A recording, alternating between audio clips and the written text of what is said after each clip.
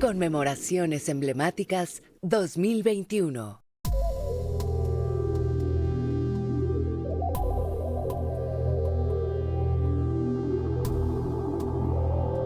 Hay muchos mitos alrededor de la historia sobre la caída de las ciudades gemelas de Tenochtitlan y Tlatelolco, así como de los años posteriores a la llegada de los españoles. Comúnmente, se cree que la superioridad del armamento español fue la razón de la victoria, que todos los señoríos de Mesoamérica fueron sometidos bajo el yugo de la conquista, que la Malinche fue una traidora. Pero, ¿estos fueron mitos o sucedieron en realidad?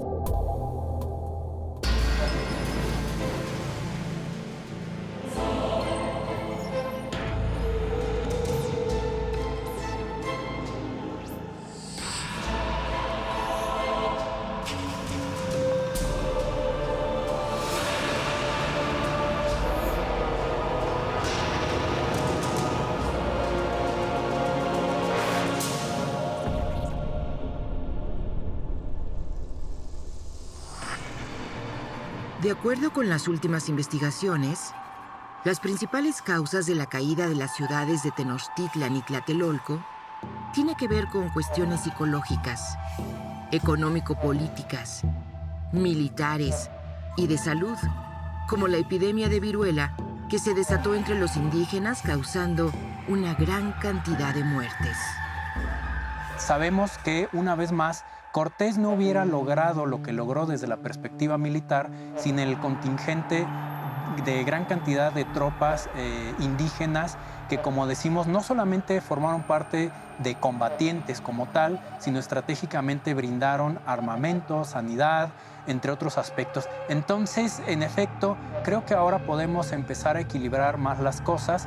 Vemos que en todos los sentidos, logístico, estratégico, en recursos materiales, militares, los indígenas tuvieron un papel mucho más importante que solamente el hispano, como obviamente Cortés siempre se ha autoproclamado o denominado. Ahora, evidentemente también no podemos decir que todo es un factor indígena. Sin duda Cortés tuvo un papel importante, pero hay otra persona que es sustancial, que es en el caso de la Malinche, ya que finalmente todas las órdenes que Cortés hubiera podido dar pasaron a través de la Malinche. Entonces las interpretaciones que hubiera podido dar ella en ese sentido, de ida y vuelta, tanto del lenguaje indígena como hispano, al final vemos a la Malinche, que es una de las grandes o quizá más protagonista que el mismo Cortés, ya que no solamente los indígenas, sino la misma Malinche, de no haber tenido la Malinche, Cortés tampoco hubiera podido lograr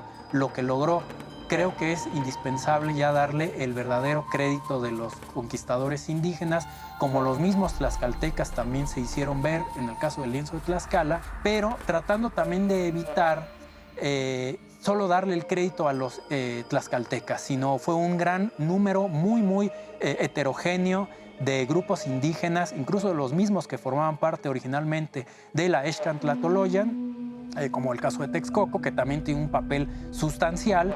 Entonces, efectivamente, la conquista de Tenochtitlan es realmente una conquista indígena y desde mi particular punto de vista, lo he dicho en varias ocasiones, no solamente por el número de tropas, sino todo lo que ello implicó y que ya dijimos, en realidad la caída de Tenochtitlan y la guerra contra Tenochtitlan en realidad es una continuidad o un continuo de las guerras mesoamericanas en el que se enclavan los hispanos en cierto sentido estratégico y demás, pero reitero, no debemos de quitar el crédito, a veces mucho mayor, de los grupos indígenas, y sustancialmente importante decirlo, que esto no tiene valores patrióticos ni políticos, sino académicamente hablando, quiero sustentar estas ideas.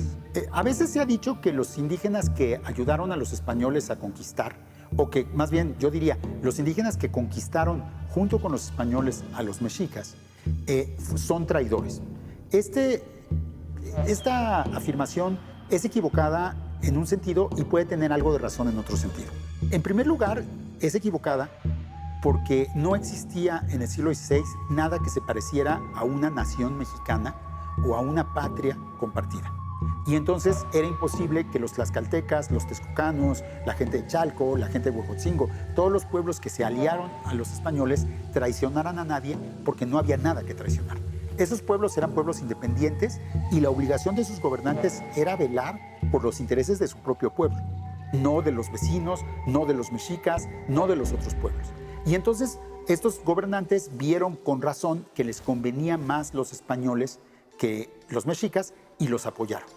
Después, con los años, resultó que el régimen colonial no era tan favorable y en muchos aspectos era peor que el dominio mexica. Pero esto fue algo que se reveló mucho tiempo después, a lo largo de 20 o 30 años después, y es algo que la gente que tomó la decisión de aliarse a los españoles en 1519, 1520 o 1521 no podía saber enteramente. Y aquí vamos a la segunda comprensión de esta idea de que los tlaxcaltecas fueron traidores, que sería la idea de que debieron haber defendido su propia cultura, su forma de ser indígena, frente a la forma de ser de los españoles.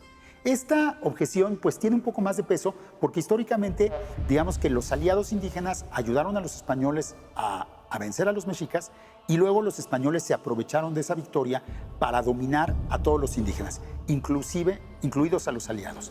Pero bueno, si hablamos de traición aquí, quizá los verdaderos traidores son los españoles que no cumplieron sus promesas iniciales y que impusieron un dominio mucho peor que el que habían dicho.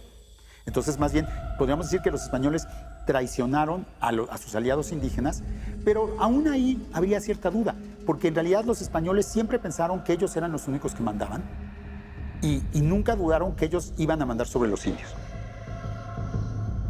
Hablando precisamente de la guerra muy mesoamericana, al parecer, por lo menos en el posclásico, y no es exclusivo de los mexicas, sino de varios grupos indígenas, existía una, no sé si decir exactamente tradición dentro de las formas de hacer la guerra y también una suerte de amedrentamiento y que además el tema de la antropofagia, dependiendo de su contexto, es polisémico, tiene muchos significados. Y parte de ello implica el amedrentamiento del enemigo, ya que normalmente cuando se llevaban a cabo las diversas amenazas en los campos de batalla, reitero, no solamente mexicas, sino en general mesoamericanos, era común que después de derrotar al enemigo, por lo que se nota en diversas fuentes, procuraran comerse al enemigo con, reitero, una amplia variedad de significados. Al parecer, este aspecto, por ejemplo, se dio en algunas conquistas cuando los mexicas trataron de someter a pueblos mixtecos zapotecos en el posclásico tardío durante este asedio, porque aclaremos que también la guerra de asedio también se daba en Mesoamérica, no era exclusivamente hispana. Quienes estaban asediados en la fortaleza de Gingola tuvieron que comerse a los capitanes mexicas para soportar el asedio, ¿no? Entonces ahí vemos un ejemplo que no es solamente mexica. Y en el caso particularmente de la conquista, las fuentes, no solamente Cortés, sino en general las fuentes nos mencionan que cada que los grupos indígenas mutuamente se amenazaban en el contexto bélico, incluía el que se iban a comer al enemigo de diversas formas. Y el mismo Cortés nos lo menciona en varias ocasiones, que efectivamente posterior a las batallas, quizá no siempre, pero los indígenas terminaban por comerse al enemigo.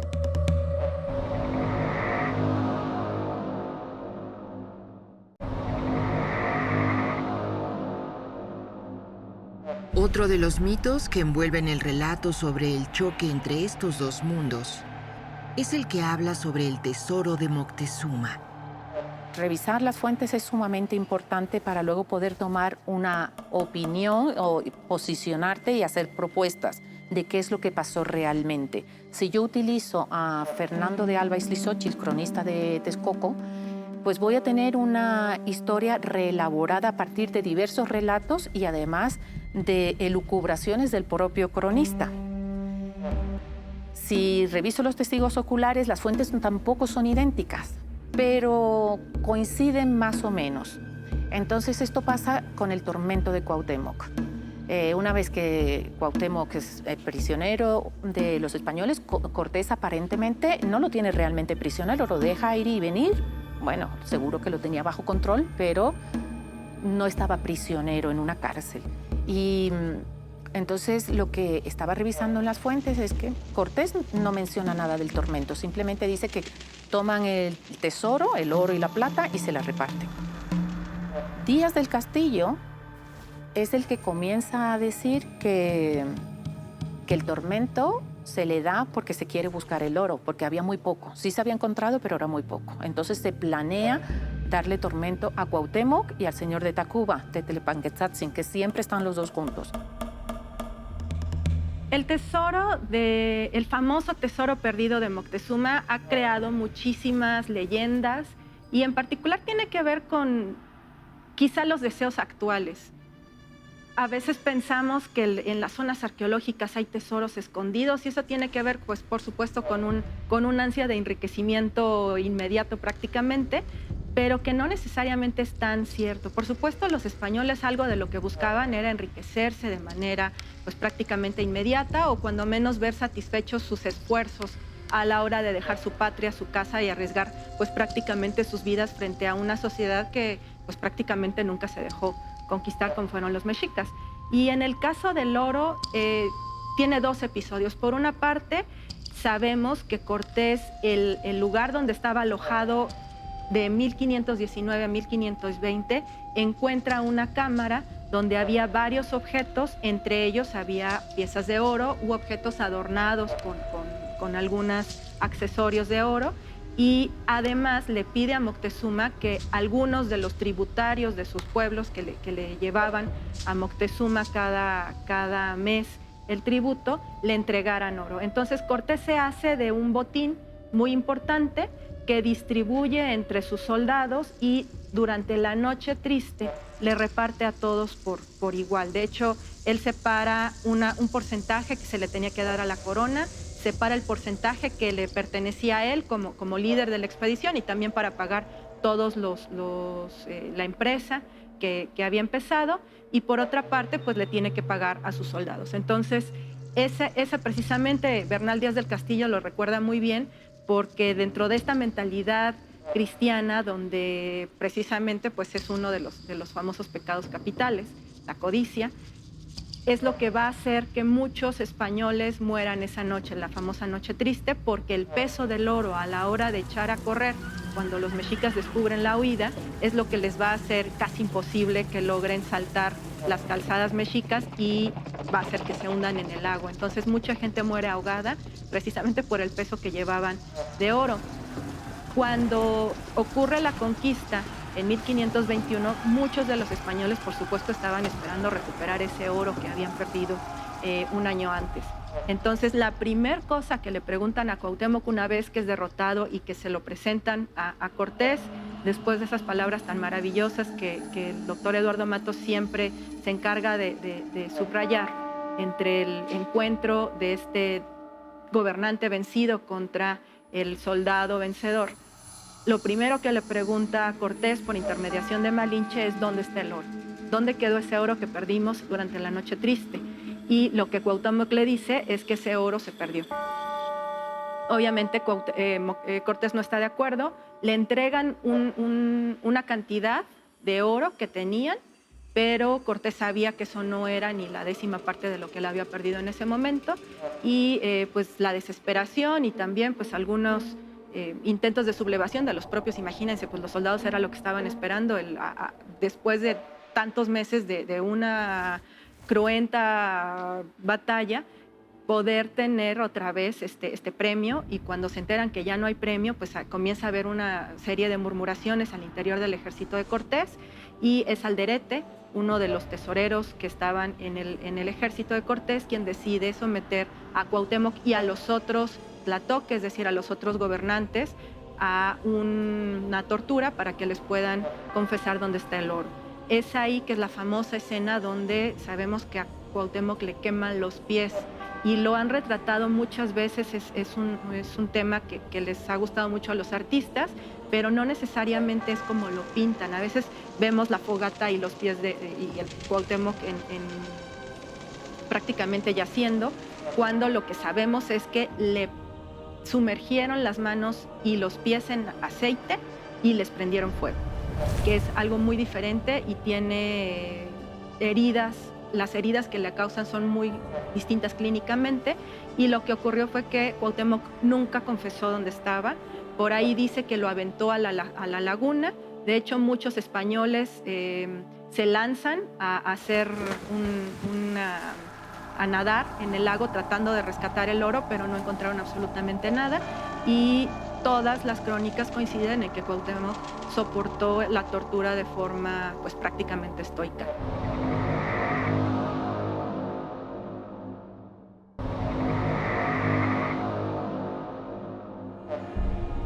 La historia y la arqueología mexicana han tenido que enfrentarse a una serie de ideas que distorsionan el pasado.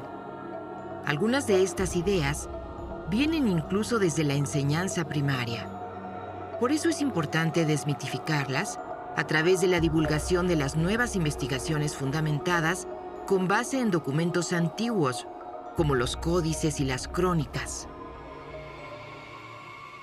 Si revisamos las fuentes, ahí vamos a ver que hay diferentes versiones sobre la muerte de Moctezuma. Los testigos oculares, nuevamente, todos coinciden en decir que murió de una pedrada que le asesta a su pueblo cuando se asoma a la azotea. Cortés se lo pide para poner, viendo ya que la población de Tenochtitlan ya está bastante enojada, le pide que suba a la azotea a poner orden o a calmar a la población. Y Moctezuma lo hace. Hay una piedra que le da en la cabeza, pero no muere directamente de la pedrada, sino a los pocos días, ¿no?, de recibirla. Y bueno, yo pienso que esa es la versión, porque las otras que hay son todas dispares y son de personas que no estuvieron ahí. Claro, puedes decir, los españoles trataron de exculparse, pero en las fuentes no observamos eso. Lo que vemos es que los españoles tienen miedo una vez que Moctezuma muere, porque están en los palacios de Azayaca rodeados por todos los tenochcas. Tienen miedo, no se exculpan, no quieren sacar al Tlatoani para que nadie se dé cuenta de que se había muerto. ¿Por qué? Porque sin Moctezuma estaban totalmente desprotegidos. Ya estaban en una posición muy vulnerable, pero con Moctezuma muerto peligraba mucho su vida, y por eso deciden huir una noche, y es la famosa Noche Triste. Bueno, difícilmente podremos saber si Moctezuma fue bautizado. Yo pensaría que no, dadas las circunstancias de la muerte de Moctezuma, la misma noche en donde rompen los españoles el cerco y huyen a finales de junio, principios de junio, el primer día de julio de 1520, que huyen en la llamada Noche Triste. Moctezuma y otros rehenes son asesinados. Si Moctezuma hubiese aceptado el vasallaje al rey cristiano, probablemente se lo hubieran llevado de rehén. Yo pienso que Moctezuma no había aceptado y ser bautizado. Y además, Hernán Cortés, en su carta de relación al rey Carlos, dice que regresa desde Tlaxcala a castigar a Tenochtitlan porque habían aceptado primero de buena gana la monarquía del rey Carlos y después se rebelan contra eso. Entonces, de hecho, la conquista es una suerte de acción punitiva, cuando menos en palabras de Hernán Cortés. Sabemos que no era eso así, incluso por los mismos españoles, porque lo que querían era el oro. Pero eso indicaría que Moctezuma difícilmente aceptaría ser bautizado. Ahora, Iztlizóchitl, Fernando de Alba Iztlizóchitl, el cronista texcocano, aunque ya es un escritor barroco, novohispano, sí cuenta que se le dice a Moctezuma, una vez que está herido, se le dice a Moctezuma que si se quiere bautizar. Y Moctezuma dice, no, me quedan muy pocas horas de vida, yo prefiero morir con las creencias de mis padres, prefiero morir con aquello que me enseñaron mis padres. Y entonces no acepta el bautizo. En el cuadro que tenemos en el castillo de Chapultepec del bautizo de Iztlizóchitl hay una parte, una escena, en donde está Moctezuma con el gesto de negación, en donde se entiende que la manera como se compuso el cuadro se tuvo a Iztlizóchitl como fuente. Es muy probable que para la factura de ese cuadro, don Carlos de Sigüenza y Góngora hubiese sido uno de los asesores y utilizara su fuente de Izlizóchitl para negar el bautizo de Moctezuma, y ahí está negando el bautizo de Moctezuma. De tal manera que cuando menos en el periodo virreinal nunca se habló de un Moctezuma bautizado.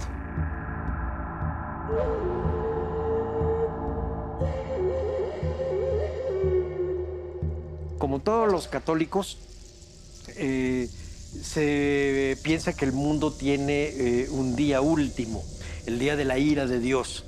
Ese día es el día que vendrá el juicio final, y eso es un pensamiento cristiano que se ha dado desde las primeras iglesias, con muchos resabios, primero medievales, pero también modernos. Las iglesias protestantes tienen una línea apocalíptica también totalmente moderna. Sí puedo decir que los españoles que trajeron ese pensamiento acá, trajeron también la idea de una posible utopía, que podías fundar un reino cristiano casi perfecto. Pero también lo hicieron los protestantes, por ejemplo, franceses en Florida, y fracasaron. O lo que quiso hacer Vasco de Quiroga en la zona de Michoacán, que acaban dejando efectivamente una huella esperanzadora en las nuevas fundaciones americanas, pero que fueron muy violentadas desde la Edad Media. Todos aquellos que se iban saliendo del dogma cristiano católico eran atacados por ser herejes, y en el caso de los protestantes por ser hugonotes o protestantes franceses en Florida, cuando los españoles entran a Florida y conquistan la Florida. Pero los franciscanos, por ejemplo, acá, y después los jesuitas arman comunidades que tienen este tono utópico, porque son de un cristianismo puro en donde no se permite estar en contra de la ley, donde te educan para hacer efectivamente lo que la frase más importante del cristianismo dice, que es amarás a tu prójimo como a ti mismo, cosa que sabemos que es lo más difícil que puede pasar.